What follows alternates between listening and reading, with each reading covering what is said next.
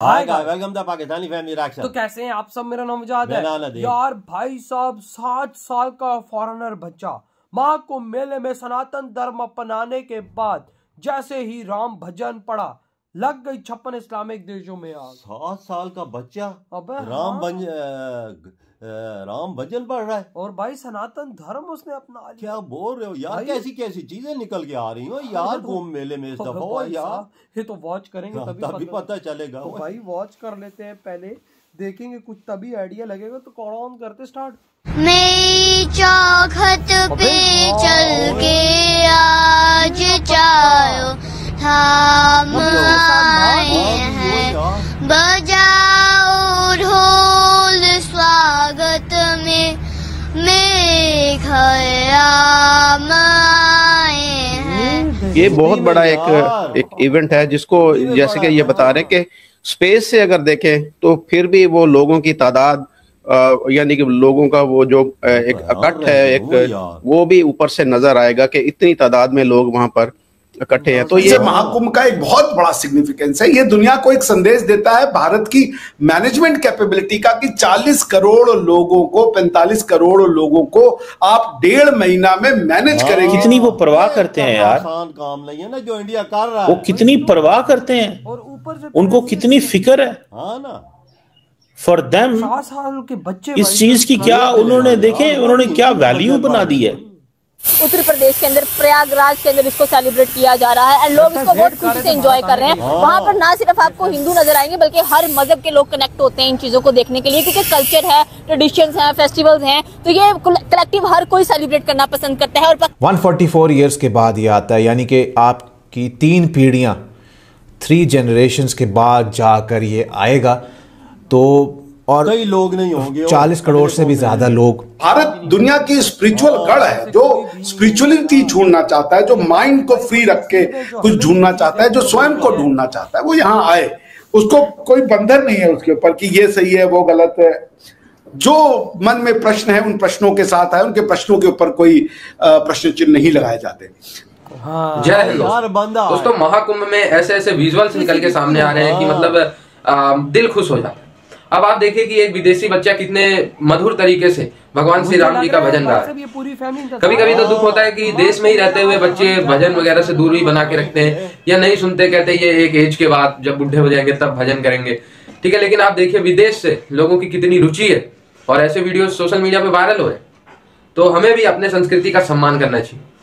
जब हम सम्मान करेंगे तभी कि क्यों भाई यूरोप के लोगों का और अमेरिका के लोगों का या क्रिश्चियन वगैरह का क्यों सेलिब्रेट किया जाता है क्रिसमस वगैरह और भी त्योहार, क्योंकि वो अपने संस्कृति का सम्मान करते हैं। तो एज अ भारतीय, as a Hindu, as a Sanatan Dharma को फॉलो करने वाला हम सबको अपने संस्कृति का सम्मान करना चाहिए। खैर, महाकुंभ में ऐसे विजुअल्स निकल के सामने आते रहेंगे और पाकिस्तानी जो है रोते रहेंगे। पाकिस्तानियों को जलन ये हो रहा है कि कैसे जो है भारत के लोग या सनातनी लोग बिना कन्वर्ट किए कैसे लोगों को अपने धर्म के प्रति, महाकुंभ के प्रति, सनातन परंपरा के प्रति अट्रैक्ट कर ले रहे हैं। तो भाई पाकिस्तानियों, यही खूबी है सनातन धर्म का कि लोग इससे खुद ब खुद अट्रैक्ट हो जाते हैं। किसी को जबरन कन्वर्ट या धमकी देना, आग लगाना, गला उड़ाना, ये सब इसमें नहीं लिखा। ये चीज लोग खुद ब खुद अट्रैक्ट हो जाते हैं।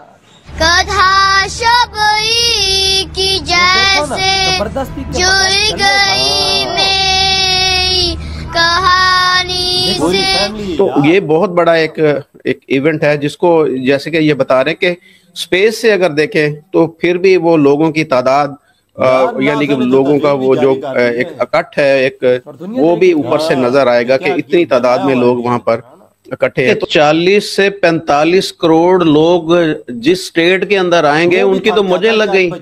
वो वहां पर देखें, एक तो उन्होंने वहां पर रहना है, वहां पर खाना पीना, फिर वहां पर वो शॉपिंग करेंगे। पूरी दुनिया से, सिर्फ भारत से ही नहीं आए, जैसे कि ये बता रहे हैं कि सिर्फ भारत, पूरी दुनिया से लोग इसमें शिरकत करने आ रहे हैं। और जो भी आएगा उसकी कोशिश होगी कि वो यहाँ से आकर कुछ खरीदारी करे, कुछ ऐसे तोहफे भी लेके जाए अपने फैमिली के लिए, अपने दोस्तों के लिए, और बताए कि ये देखे वो यादगार होती है ना कि हर इतने सालों बाद। और ये देखे कि 144 साल बाद आया और हमारी उम्रें कितनी है, 50 साल, 60 साल, 70 साल, इतनी तो हमारी उम्रें हैं।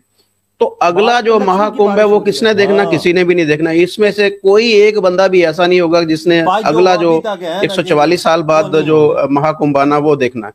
तो एक यादगार इवेंट है। तो यादगार इवेंट के अंदर जो है वो जो मैं समझता हूँ कि यूपी की सरकार की तो मौजें लग गई हैं, और जितना रेवेन्यू ये इनको जनरेट होगा, ये मुझे अभी आइडिया नहीं है कितने दिन का है। ये 40 दिन, यहाँ पर एक भाई हमारे लिख रहे कि 40 दिन का, तो 40 दिन के अंदर तो मेरे ख्याल में वो इतनी ज्यादा इकोनॉमी उनकी बूस्ट कर जाएगी, इतना ज्यादा रेवेन्यू उनके पास जनरेट हो जाएगा कि उनको तो सारा जो है वो मामला जो है वो सेटल हो जाएंगे, सारी चीजें उनकी बेहतरीन हो जाएगी। तो उसके साथ साथ जो इमेज बेहतर होगा, इमेज तो ऑलरेडी बेहतर है, और मजीद बेहतर होगा कि ये देखें कि पूरी दुनिया से लोग जो हैं इस तरह के फेस्टिवल में शरीक हो रहे हैं, और किसी मजहब की तफरीक के बगैर। ये सबसे बड़ी चीज है कि किसी भी मजहब की तफरीक। 40 दिन है, ये भाई हमारे कमेंट्स कर रहे हैं, यहाँ पे बता रहे हैं, और इससे कितना फायदा होगा? एक आपकी इकोनॉमी बेहतर होगी, एक इतने सारे आपके इंडिया से, पूरी इंडिया से लोग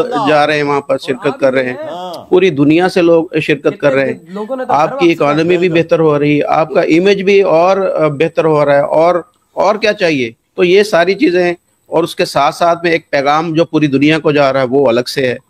तो बहुत ही ये इसका फायदा होगा भारत को, बहुत फायदा होगा यूपी सरकार को, और वहाँ के तमाम जो भारतीय हैं और पूरी दुनिया के अंदर जो भारतीय हैं उन सबको इसका बेपनाह फायदा जो है वो हासिल होगा। ऐसा ही है भाई साहब, ऐसा ही है। और देखो ना, फायदे नहीं मिल रहे। जैसा मुझे लगता है ये फैमिली इंतजार कर रही थी कि जब माँ को मेला आएगा, हम माँ को मेले में जाएंगे और सनातन धर्म। वो यार 7 साल का बच्चा भजन हिंदी में सुना रहा था यार, राम भजन, वो भी भाई ऐसी हिंदी बंदा बोलता है कि खालस हिंदुस्तानी है। आप खुद सोचो कि भाई साहब विदेशों में इस टाइम हिंदी का लेवल, वाकया वही सनातन धर्म का लेवल देखो कि अगले भाई साहब अपने बच्चों को सिखा रहे हैं राम भजन, अगले अपने बच्चों को सिखा रहे हैं हिंदुस्तानी जबान, भाई हिंदी। सोच लो ना क्या बना हुआ है।